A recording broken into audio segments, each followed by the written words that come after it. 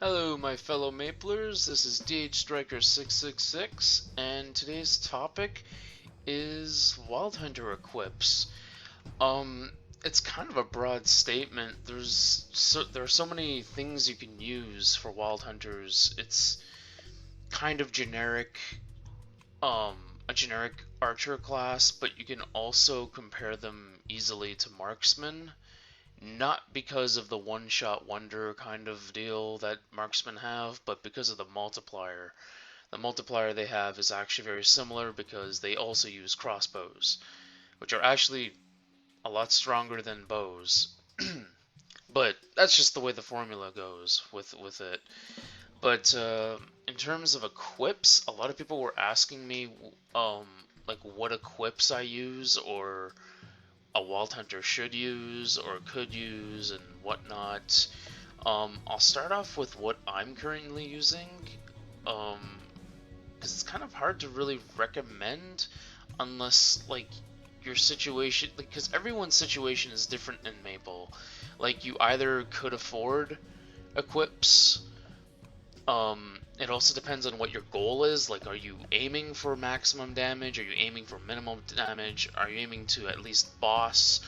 I guess the minimum requirements to like fight zakum or like common bosses, you would need at least 100k range or something. No, sorry, about 60, anywhere between 60 and 100k range to fight zakum on normal.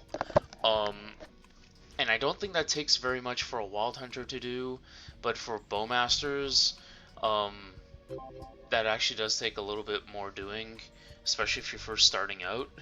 I know how that feels because it took me a long time to get where I was with my Bowmaster. Like, I still remember my first zakum solo was like 3 to 4 hours, almost. And I'm not even lying. Like, back then, it was insane or like unheard of to solo zakum. Like that used to be something reserved for like huge parties of like maybe, I'd say about like a lot of people. I know for sure there was at least maybe 1 or 2 parties that used to go in, probably more than that actually, back when expeditions were relatively different. Like they worked differently back then.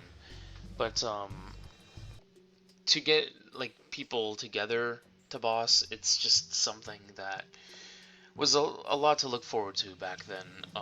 Back in those days with a lot more difficult bosses with less features, but still, yeah. Anyways, back to the main topic, equips. So the first set of equips that I ended up working on trying to get originally, even when I was making my Wild Hunter, was reverse equips and timeless equips. Now, it was a weird time because as I was trying to get those equips, like reverse and timeless, which are dropped by Pink Bean or forged by items that Pink Bean drops, back then, that's when an Empress set would come out. That's when Empress set came out. And then it's like as soon as I got my Empress set, and I still have remnants of it, I still have my Falcon Wing Sentinel Shoulder. I worked really hard on this, but then as soon as Rudibus came out, then I ended up getting those equips after a long time of I don't know, I guess upgrading my other equips to work my way up. It took a long time to get these equips. And then as soon as like Rudibus set came out, like that's when, as soon as I managed to get my hands on my Rudibus set, I think I ended up booming my bow a few times. I think once because, oh shit, I used the wrong scroll, to oh crap, I forgot to put a protective, I like to call them protective charms, but they're called, I think, protective wards or whatever. But But yeah, that's very important. Before you scroll, always put a ward on it. Otherwise, you'll boom it and be like, oh shit, there goes all that money, or I guess like a lot of mesos down the drain. At least for me, it was a lot of mesos. But in terms of those, like the Rudibus set, it's even now it's still really good to use, and honestly, it's like the minimal. As soon as you hit level 140, you use Empress set, upgrade it however you can if you need to, and then when you hit level 150, I suggest you go Rudibus, like full Rudibus set, Fafnir weapon included. In terms of concentrating on which equip, if you're on the less defensive side, I suggest trying to work on the other 3 equips, like the beret, the cowl, and the pants. Like, work on those first, like scroll those first and then start enhancing, because you get quite a bit of defense from that. Like, I got over 300 defense just from all the enhancing. It was kind of ridiculous. But not to mention, when you're enhancing the Rudibus set, because there's not ranger, kind of. Bowman equips are so plentiful in the FM that the prices are so cheap. Like, you could get like 5 of these and boom like 4 times and you'd still be okay. Like, when you're enhancing. This Rudibus set was probably the easiest to enhance for archers anyway, because of the sole reason that there's so many in FM, and it's probably not as expensive either. If you can boss daily or whatever, get your mesos, then it's worth investing in. The weapon, I think you should concentrate on last in the set if you're not able to get a second Fafnir, though these are relatively cheap anyway. I think the bow is less expensive. I'm not entirely. I think it was usually the crossbows that were more expensive because of marksman. Like, the hype of marksman is real. But yeah, that's the Rudibus set. Like, it's probably the easiest to upgrade out of all the equips I have here. Now, the Sweetwater tattoo and glasses, I do suggest you guys get these. Not just because of the sole reason that they're pretty much free to get and upgrade, but because when you do upgrade, they give really good stats. Because of the GMS exclusive potential system, you're able to pretty much get, like, what was it? I think it was like, let's see, on legendary. Oh god, I reviewed this and I can't even remember. That's sad. Pretty much, you're able to get I think between, I think it was like 13%, 9%, 9%, or something crazy like that with the lines. See, I was only lucky enough to get like 14% on the normal potential, but that could have easily been like 977 or 1399, like if it became legendary. But I suggest getting the Sweetwater tattoo and the glasses. You might need to Commerci a bit. I did review Commerci in a previous video, but these are totally worth getting, because as soon as you do buy these from the Commerci store after getting coins from Voyaging, they're already epic, like epic tier. So one sec, I'm actually going to teleport because I don't want people following me. Being an introvert. Leafy's nice. As I mentioned, it's kind of hot in there. Oh, it's gonna be dead cold as soon as I leave, but whatever.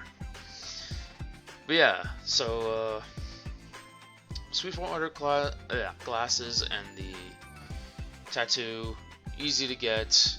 In terms of scrolling, I just used goodness scrolls on them. Whatever. You could easily use accessory scrolls, which honestly are probably better, like the prime accessory if you can find them.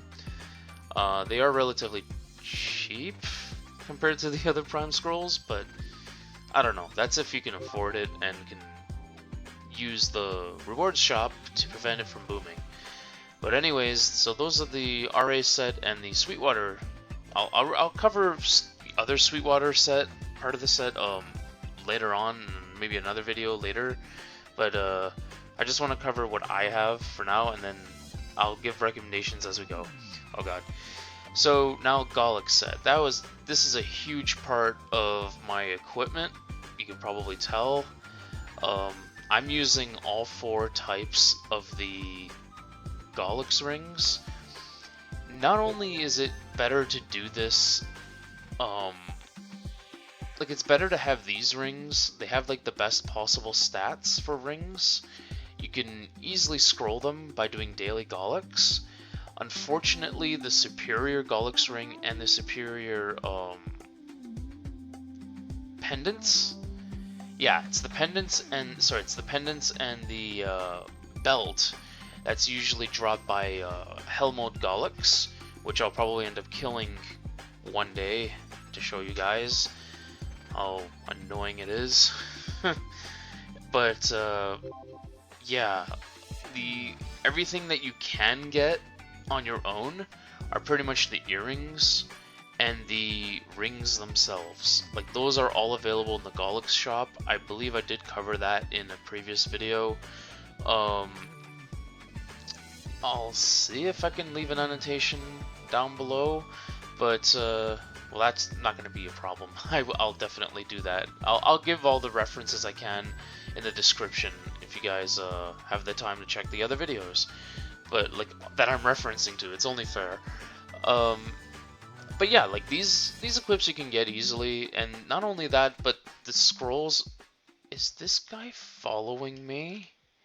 That's the same dude. Like, leave me alone. I'm being stalked. Okay. Okay. Weird. Yeah, sure. I'm going to the general shop where everyone goes. And where the giant sun is. Okay. Anyways. Hi, son. Hi. Okay. So, the rings, easy to get, easy to scroll. Earrings, easy to get, easy to scroll. Like, over time, they're easy to get. The pendants, I had to end up buying.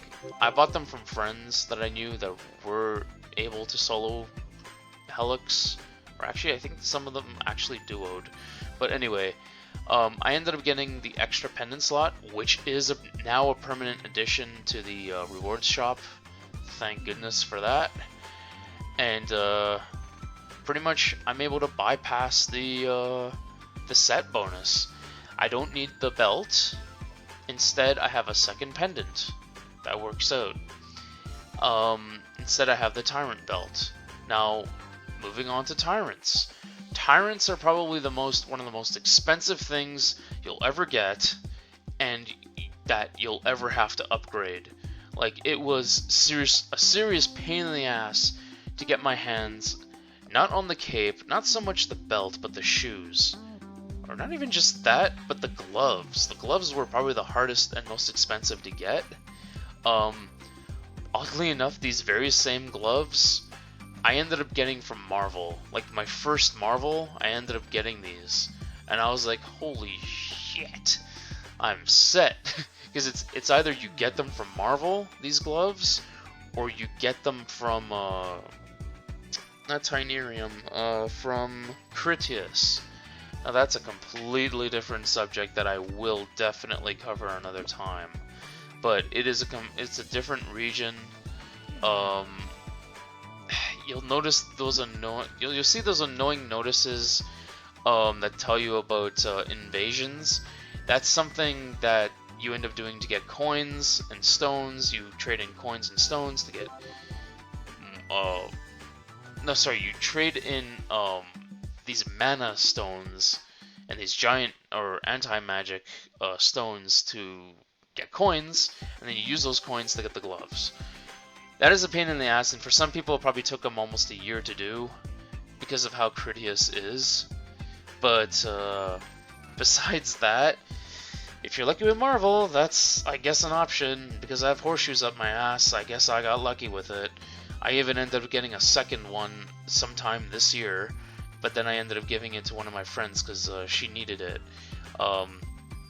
Yeah, if the help's there, you know, I'll give it, right? So, the Tyrants, reason why I say they're expensive and I think are probably the last thing you want to upgrade is because every enhancement that you use on these is like 55 million meso. Now, I've spent billions. I'm just gonna be blunt. I've spent billions on some of these equips, especially the gloves.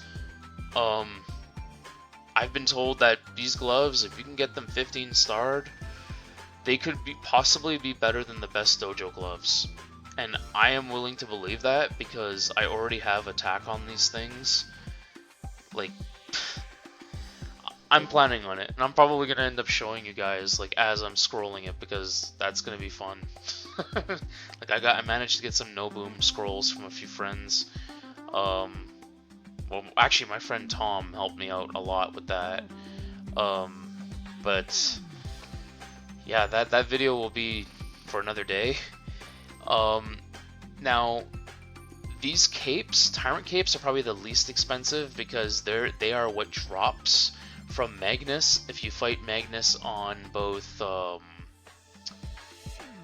If you fight Magnus on hard mode with 2 other people that have to attack with you, then these will drop. These Tyrant cloaks will drop. I've seen them go for anywhere between 400 and 1 bill meso, depending on the class. Archers specifically, very cheap. It's not gonna go for much. I think I saw them go for like 500 or 700 mil. That's not a lot compared to what they used to be. Now the shoes and the belt are probably going to be the most expensive because when you kill hard mode Magnus with 2 other people, you get gold coins, and you have to save up those gold coins to buy the belt and the shoes, boots, whatever. Now the gloves are only available in Critias, which are pretty much free if you have that much free time to do invasions successfully. Yeah, that's pretty much covers some of the most expensive stuff. Now, I ended up getting this Black Swordsman medal from a Sword Art Online event that Nexon had. Now, that was a really cool event. There's also the Beater medal, which is actually way better. I think it's almost double what's this gives. I think I was only like four runs away from actually getting it, but for some reason I just stopped. I was like, this is costing too much money. Like, I had common sense, like, yeah. But if you like, at least for me, like I couldn't afford doing 50 or 100 runs or whatever. But anyways, so that's that medal. If you were lucky to get it, or you can probably end up getting other medals that still give attack. Some events will still have medals like that will have almost that much attack and all stats, but anything like that I would recommend using. You can probably get good medals from Delaire NPC in most towns. You just got to do certain quests to get those medals. Now, there's the Ghost Ship Exorcist badge. So badges are, I would say they're relatively new, like maybe 2 or 3 years old. Maple Years is like 10th year anniversary. I guess that's recent, but like there's been a lot of updates. But Ghost Ship Exorcist badge is what I'm currently using. This you can get through a quest. I recommend you do this. You just have to end up going a mysterious path. I believe it's in... Oh god, what is it called again? That's sad. It was one of my favorite locations and I forgot the name. Malaysia? Yeah, it's the Malaysia area. You can easily go to the six cross path, if I'm even saying it right. And near the top, I believe that's a second map above. You talk to one of the NPCs that'll teleport you there. To Singapore. That's what it's called, Singapore. God damn it. I almost forgot. Malaysia's where Targa and Scarleon are. Singapore, I believe, is like more of an urban area, but it's pretty cool. I always enjoyed those maps. But pretty much you just accept a quest and you have to fight Captain Latanica, which still to this day creeps me the fuck out. I will probably show you guys that boss another time. It's actually really cool. Probably save that for Halloween, actually. It's pretty cool, that. And then there's Boss Arena Emblem. If you're not an Explorer, because Explorer Archers, I believe, can actually get an Explorer Medal, which is, I think level 100. It's like way better. But if you can't get that and you're a Wild Hunter, Boss Arena Emblem's the next best thing. You pretty much go to this, I believe it's this, no, it's not this notifier, one sec. I think it's this notifier, yeah. And there's something, boss matchmaking list. Oh god, is this it? I don't remember. Sorry guys. Oh, nope. Not even close. Oh my, it's right here. Okay, Boss Arena. So pretty much, this is just... There's so much involved with this because you're pretty much better off doing like trade wins if you can. Essentially, Boss Arena, what it is you end up fighting against, it's almost like PvP, but you fight off against another player as an actual boss, like a monster from Maple, like Arcarium, Hilla. I don't think Pink Bean. I don't think Pink Bean is available, but I think you can fight as Magnus. You can fight as different bosses essentially, and your goal as the boss is to knock out the other player. But if you're the other player, your job is to knock out the boss. Now, pretty much whoever has the most wins or the most kills wins the entire thing, and you get points. Those points allow you to upgrade this Boss Arena emblem. I've seen people upgrade this like crazy, but it's probably because like back then when it was popular, like there aren't a lot of people who do Boss Arena. Like you'd be lucky to find people. But this is still a good item because it's an extra equip that could give you ignore defense or boss damage or percent attack. Like as you can see, the stats I have, they're ridiculous, or like they're decent. Yeah, so that's the Boss Arena emblem. What haven't I covered? I have not covered... Okay, so there's pocket equips. Now, I ended up getting something from an event. I forgot what it was called, but I think it's like some kind of Dark Soul or something another. I don't remember the name of that event, but I also managed to get something else. That was a cash shop item from a Hot Time. This was available. There's also a pendant. No, sorry, that's that. There's also a ring and a cash shop belt that you can get that gives roughly the same stats as this pendant, and that was only available from the Hot Time and the event that that thing was from. I'm sorry, I don't remember exactly what it was called, guys, but you can probably just check the notes online. Like they have I might just try and find it for you, but I don't know how much time I got. So I guess, okay, for Wild Hunter specifically, Wild Heron is the job specific sub-weapon that could give you boss damage, it can give you total damage, percent attack, and your own stat, like the percent dex. Now, this is also the only other equip that you can have besides your weapon that you can apply a boss damage nebulite. So as you can see, I have a 20% boss damage on this, and I also have it on my weapon. And my weapon is too epic, so you won't be able to see it. But I have a 20% boss damage nebulite on this weapon. But yeah, they really gotta fix that, man. It's so annoying. But yeah, so this is just something I recommend you guys get just for extra stats. And then eventually when you can, you know, you can use the free cubes to upgrade, upgrade. You can also buy cubes like with money, but it doesn't really, like, for me, I did this like way in advance. I haven't even changed these stats for probably a few months now. It's too good. I can't get rid of that total damage. It's better than percent attack. It's amazing. At least I think it is. Like, considering how much damage I do now, I'd probably end up losing range from that if I change it. So I guess the last thing I can probably, well, okay, last two things I can cover are the Codex and the Android. I'm gonna cover Codex because it won't take long because it's glitched. So pretty much you would go to this Crusader Codex, which I think they need to update like big time. Because as you can see, I've collected 8,921 cards out of 256. I don't know what the hell happened, but this thing has been glitched for a few months now, probably almost a year or more.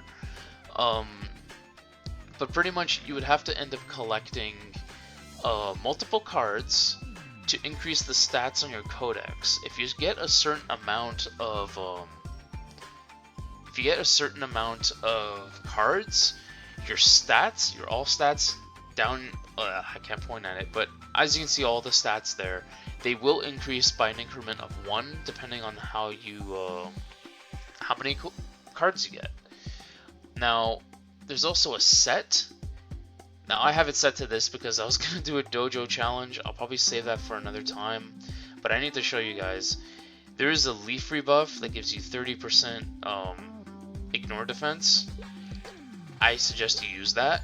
Like for Wild Hunter specifically, you're probably better off using that rather than the Hennessy's Ruins one that gives 3% attack. So it's a good generalized thing. But of course, if you're just starting out and you're able to kill all the monsters in your zakum, then I suggest using the Dead Mine. It's a really good one. This leaf-free one is more for endgame. Like, I don't know why the hell I'm not. I guess now I'm going to be using it. Now the last section of the Codex is the Familiar. I'll cover Familiars in another video, but usually I always have Wolfie with me because he's just awesome and adorable, and it's 2x drop. So the last thing to cover, Android.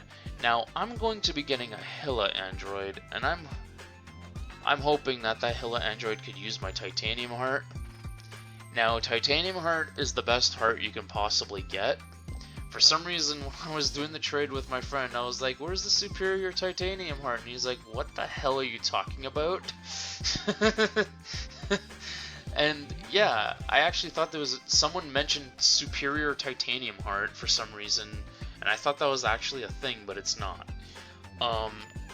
It's either this or something called Lithium Heart, which I'll show you. I believe I still have it. I think there's Superior Lithium Heart. I think that's what I was thinking of when I was trading. But this is still okay to use. It's a low level, but you know, it's permanent. There are also other permanent hearts you can get, like Disease Control. I think that's available in stores now. Oh god, where is it? Where's the heart? I must have put it in storage. Okay, but in terms of androids, like there are so many androids you can get. Like me, I have Orcroyd, Deluxe, Shade, Zero Beta, Lotus, Darkhound, Morgothroid, Disease Control, yeah, and I have all their hearts. What a freak I've become. This is what I used to use. Barrel hearts, they're relatively common to get. A lot of people sell them or oversell them, whatever. This is what I used to use, and then I jumped from using this to this. That was a huge range increase. Whatever hearts you want to use, I suggest trying to take advantage of the events to get androids and their respective hearts. So anyways guys, let me know what you think about this video and the content I just covered. If you like, please leave a like. That helps me a lot. Please feel free to leave a comment or any suggestions down below. Please feel free to share this video with other friends and family. I will see you guys next time. DHstriker666 signing out.